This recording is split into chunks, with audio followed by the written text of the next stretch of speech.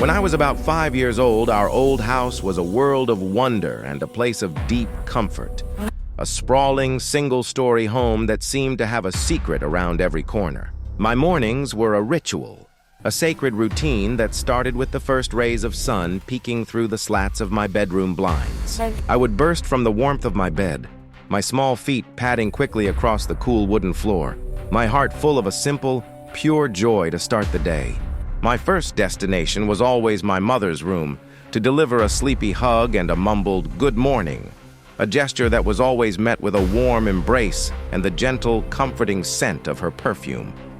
After that, I would race down the long hallway that connected our side of the house to my grandparents' wing, eager to be the first to wish them a good morning and perhaps, if I was lucky, to be coaxed into sharing their early morning tea and toast. One particular morning, however, was different. The sun had not yet fully risen, casting long, dancing shadows from the furniture down the hallway.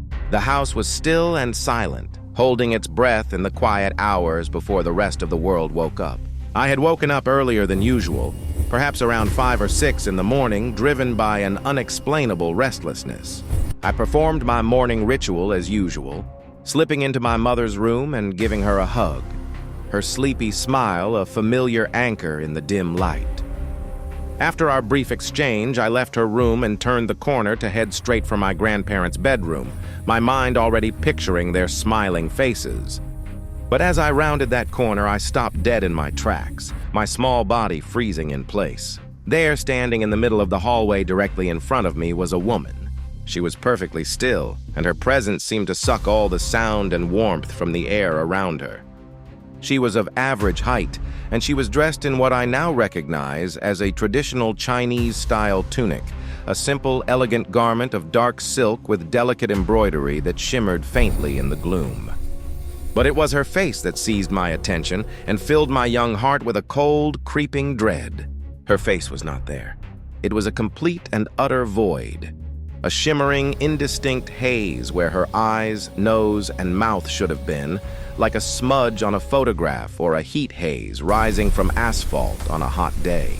She was not transparent like a cartoon ghost, but she was profoundly, unsettlingly wrong, a figure of solid form with an absence where her identity should be. She did not move. She did not make a sound. She simply stood there, a silent, faceless sentinel in the quiet hallway. A primal fear, cold and sharp, shot through me, and I let out a gasp. I spun around on my heel, my bare feet slapping against the wooden floor as I ran as fast as my little legs could carry me back to the safety of my mother's room. I scrambled onto her bed, pulling the covers up to my chin, my whole body trembling. "Mommy, Mommy!" I cried, my voice high with panic. "There's a lady outside! There's a Chinese lady in the hallway!"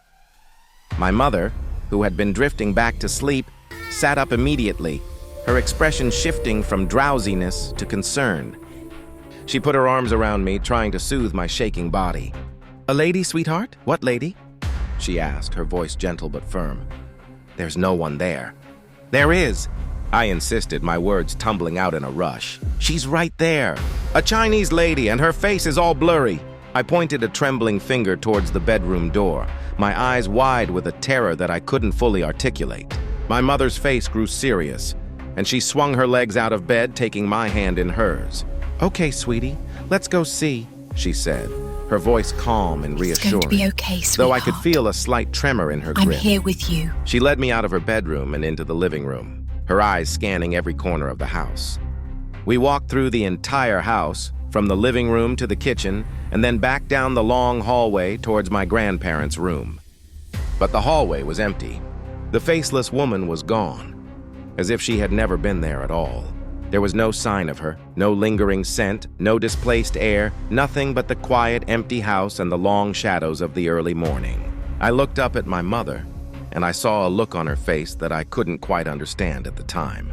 It was a mixture of worry, confusion, and a deep, profound sadness that seemed to cloud her eyes. She held my hand a little tighter and led me back to bed, where she stayed with me until I finally fell back into a restless sleep. In the years that followed, the memory of that morning began to fade, becoming like a half-remembered dream, a story I told myself that might not have been real. I grew older, and the world of childhood monsters and imaginary friends gave way to the more concrete realities of school, friends, and hobbies. The faceless woman became a distant echo, a strange anomaly in my past that I rarely thought about.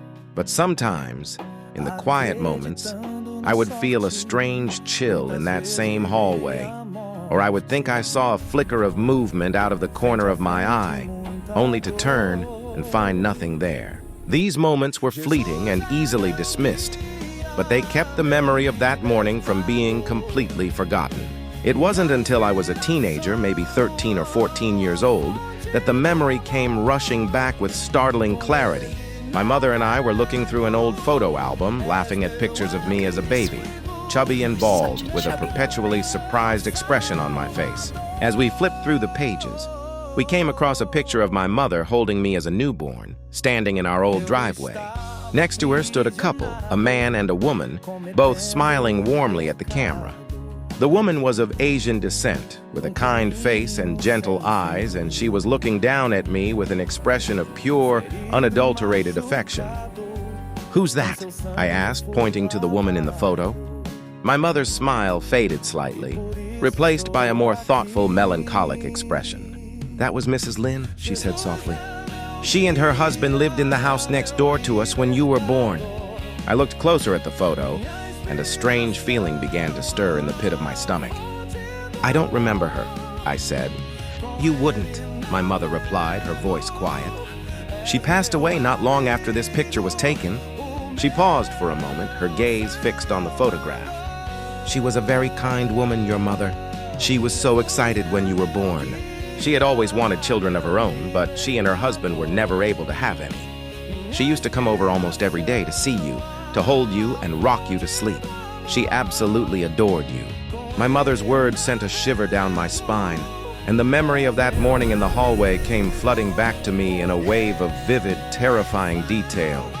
The faceless woman, the Chinese-style tunic, the profound sadness that seemed to emanate from her. It all clicked into place with a sudden, horrifying clarity. "Mom," I said, my voice barely a whisper, "I remember something. When I was little, I saw a woman in the hallway, a Chinese woman, but her face, it was blurry like it wasn't there." My mother looked at me, her eyes wide with a mixture of shock and dawning understanding. She didn't dismiss my story or tell me it was a dream. Instead, she took a deep breath and told me the rest of the story.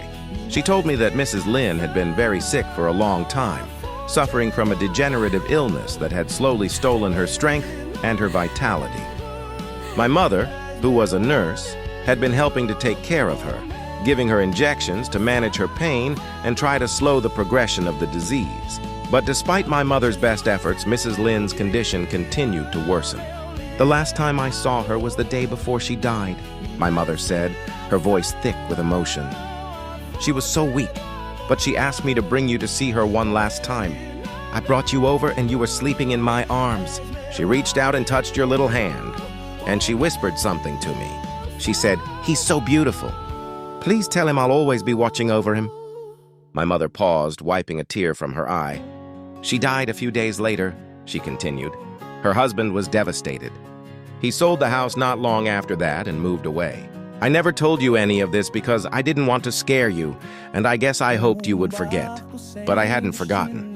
And now, as I sat there with my mother, the pieces of the puzzle were all falling into place. The faceless woman in the hallway, the woman who had died so soon after I was born, the woman who had held me as a baby and promised to watch over me. It was her.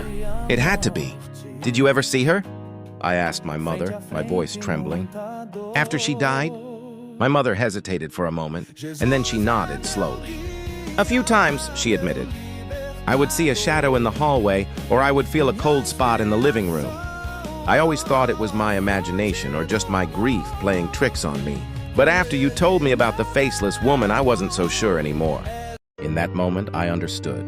The faceless woman I had seen was not a monster or a demon. She was the ghost of Mrs. Lin, the kind woman who had loved me as a baby and had promised to watch over me. Her face was not blurry out of malice, but perhaps because her features had faded with time, or because my 5-year-old mind could not process the image of a spirit, a being caught between two worlds. She had come back to see me, to keep her promise, to watch over the little boy she had held in her arms. She was not there to haunt me, but to visit me, to check on the child she had loved so dearly. The realization was not frightening, but deeply moving. I was no longer scared of the faceless woman in the hallway. Instead, I felt a sense of peace, a connection to a kind soul who had reached out from beyond the veil to say hello. I never saw her again after that day, but I always felt her presence, a warm, comforting feeling that would wash over me whenever I felt lost or alone. I knew that she was still there, watching over me, keeping her promise from so long ago, and I was left with a profound sense of gratitude for the love of a woman I barely knew, but who had left an indelible mark on my life.